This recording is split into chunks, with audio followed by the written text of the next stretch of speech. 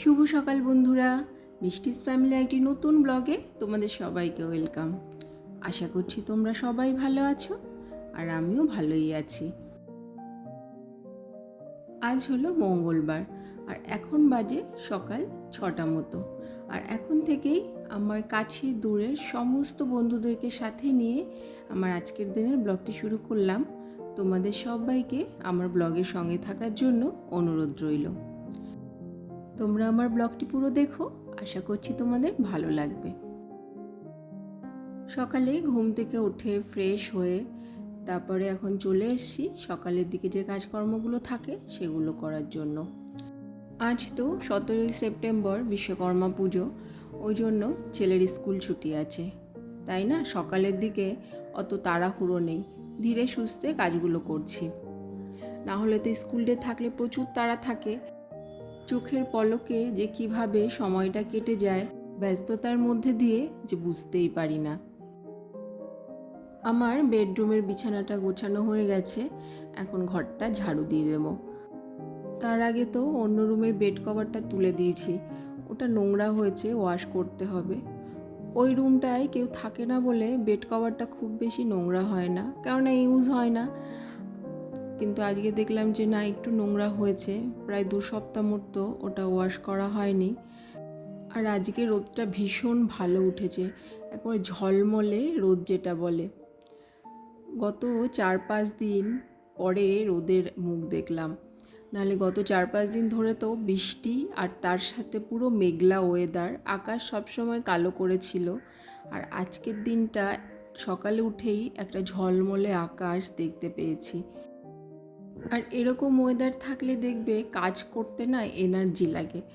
আর যদি দেখবে মেঘলা মেঘলা ওয়েদার, বৃষ্টি হচ্ছে, কেমন যেন একটা গুমোট ভাব লাগে, কাজে যেন এনার্জি আসে না। করতে হয় তাই করি, কিন্তু এরকম সুন্দর পরিষ্কার আকাশ, চারপাশে এত আলো, কাজ করার এনার্জি যেন আমার হয়, যেটা প্রচণ্ড পরিমাণে এনার্জি লেভেলটা বেড়ে যায়।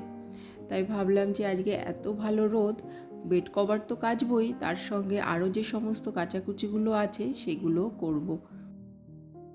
সকালের দিকের কাজকর্মগুলো মোটামুটি হয়ে গেছে, এখন একটু হালকা ডাস্টিংয়ের কাজ সেটাই করে নেব। আর তারপরে ছেলেকে খাওয়াবো।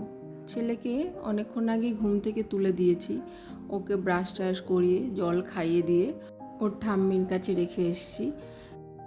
এরপরে ওকে খাওয়াবো আর তারপর অন্য অন্য কাজগুলো করব। ওর স্কুল না থাকলেও ও না সকালের দিকে পড়তে বসতে চায় না। ওর একটাই অভ্যাস হয়ে গেছে, মানে যেদিন থেকে ওকে আমি পড়াশোনা করাই আর কি, পড়াশোনার লাইফও শুরু হয়েছে, সন্ধ্যার পরে ওকে পড়াতে বসাই। সকালের দিকে ও খুব একটা না পড়তে বসতে চায় না, আর স্কুল থাকলে তো সকালে স্কুলে বেরিয়ে যায়, তাই সকালে পড়তে বসার অভ্যাসটা ওর তৈরি হয়নি। আমি জোর করলেও ও না পড়তে বসতেই চায় না।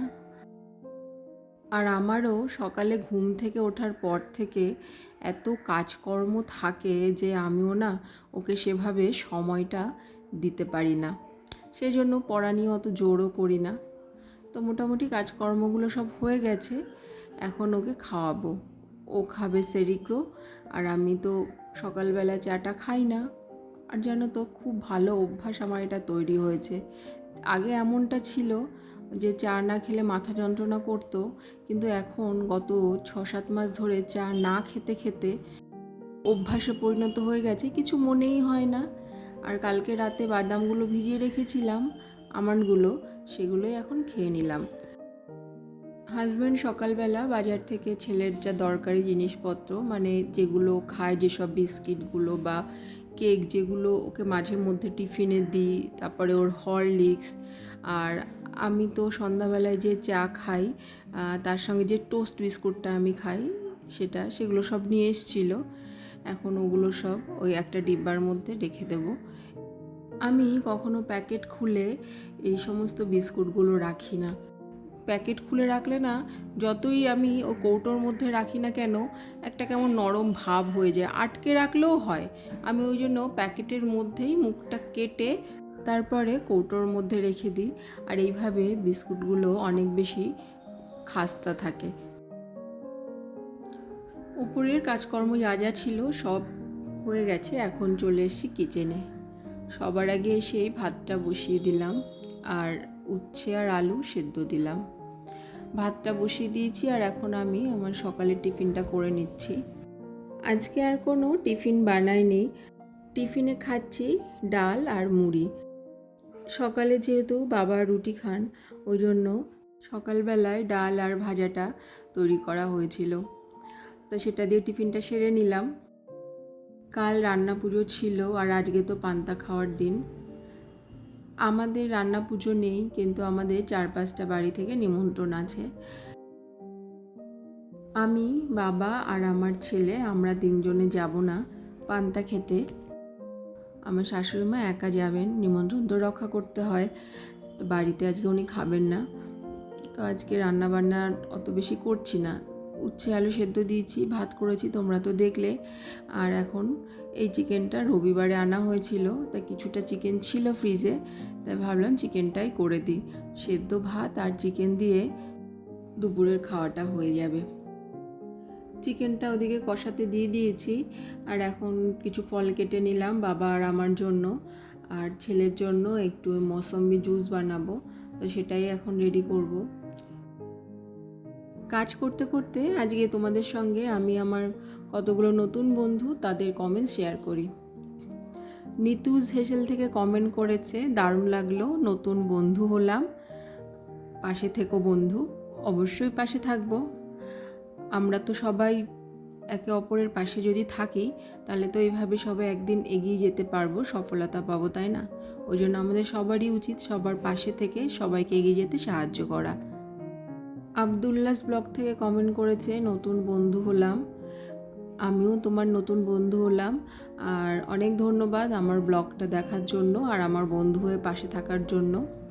টুম্পা ঠাকুর কমেন্ট করেছে, খুব ভালো লাগলো দিদি, এইভাবে এগিয়ে যাও। অনেক অনেক ধন্যবাদ টুম্পা। আর এরকম আরও অনেক আমার বন্ধুরা কমেন্ট করেছে, তাদের সবাইকে অসংখ্য ধন্যবাদ যে তোমরা অনেকটা সময় বের করে আমার ব্লগ দেখো। আর তোমাদের এই সুন্দর সুন্দর কমেন্টগুলো আমাকে না অনেকটা অনুপ্রাণিত করে। তো তোমরা সবাই এইভাবে আমার ভিডিও দেখো, আর ভালো লাগলে অবশ্যই লাইক কমেন্ট করো। রান্নাঘরের কাজকর্ম সব সেরে চলে এসেছি ওপরে, এসে ছেলেকে স্নান করিয়ে দিয়েছি। তারপরে আমিও কিছু কাচাকাচি ছিল, সেটা তো সকালবেলায় রোদ দেখে ভেবেছিলাম কাচবো, আর দেখো সত্যি কি সুন্দর রোদ এখনও আছে। তো সেই কাচাকাচিগুলো করে স্নান টান করে চলে এসেছি ছাদে জামা কাপড় মেলতে। আজকে প্রায় 1 সপ্তাহ পরে ছাদে এসেছি, জানো তো, কেননা বৃষ্টির জন্য প্রতিদিন তো ওই বারান্দায় জামা কাপড় মেলে দিতাম, যে জামা কাপড়গুলো ধোয়া হতো। সেই সমস্ত জামা কাপড় 2 দিন লেগে যেত শুকোতে।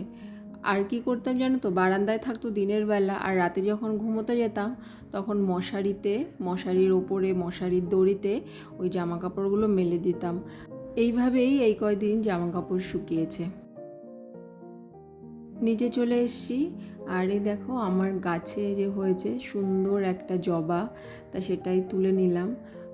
এই জবাটা অনেক দিন পর পর এক একটা করে হয়, তা ভাবলাম যে আজকে এই ফুলটা তুলে একটু ঠাকুর পুজো করি।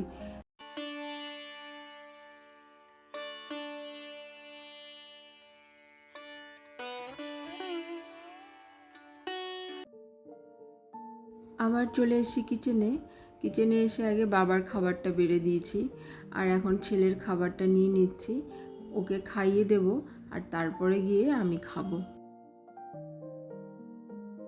তো বন্ধুরা, আজকের মতো আমি ভিডিওটি তোমাদের সঙ্গে এই পর্যন্তই শেয়ার করলাম।